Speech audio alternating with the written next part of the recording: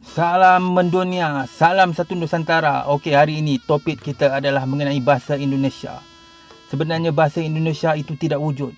Bahasa Indonesia itu adalah satu nama lain bagi bahasa Melayu yang dicipta oleh Jawa-Jawa Hindun.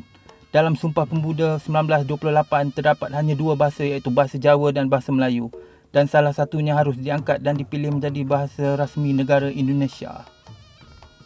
Setelah perbincangan dan penelitian dibuat oleh Mesyuarat Sumpah Pemuda, maka bahasa Melayu telah dipilih sebagai bahasa rasmi negara Indonesia. Ini kerana bahasa Melayu lebih berprestij, mudah dipelajari dan dituturkan dan kelihatan sedap didengar berbanding dengan bahasa Jawa.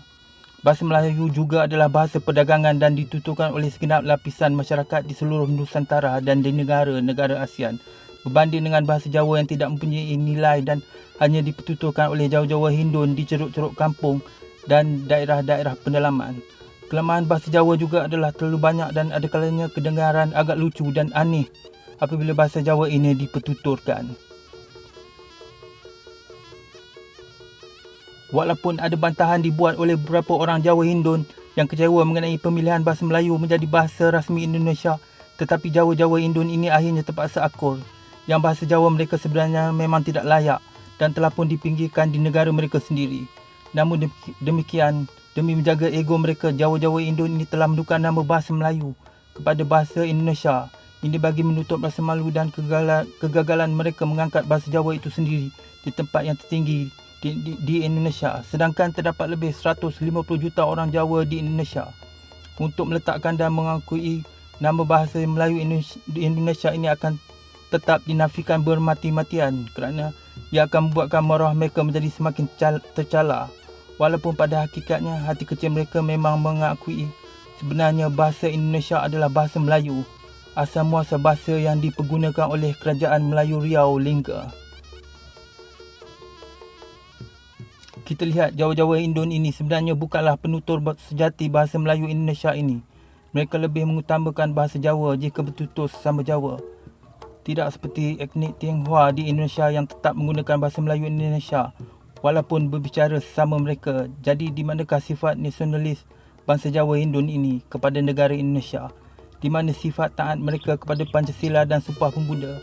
Sebenarnya Jawa-Jawa Hindun ini sedar yang bahasa Melayu Indonesia ini bukanlah bahasa leluhur mereka, tetapi adalah bahasa Melayu di Kepulauan Riau, Johor, Malaysia, Brunei, Selatan, Thailand, Singapura, Vietnam, Myanmar dan beberapa negara lagi yang dihuni oleh orang-orang Melayu.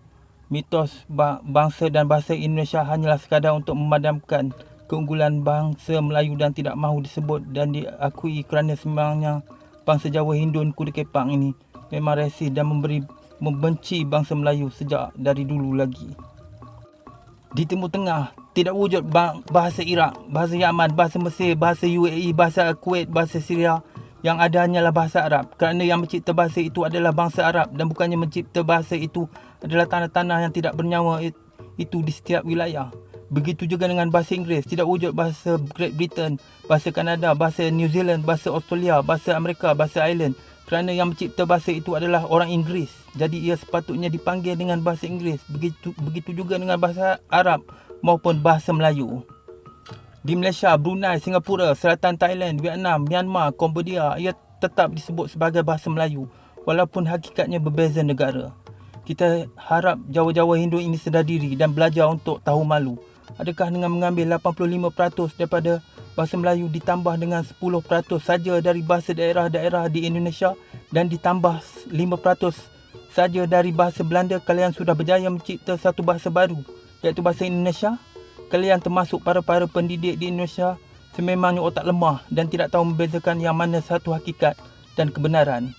Sebagai perumpamaan, bolehkah Malaysia pula mengambil 85% bahasa Jawa dan dicampur dengan 10% bahasa Melayu di segenap daerah dan ditambah 5% saja lagi bahasa Inggeris?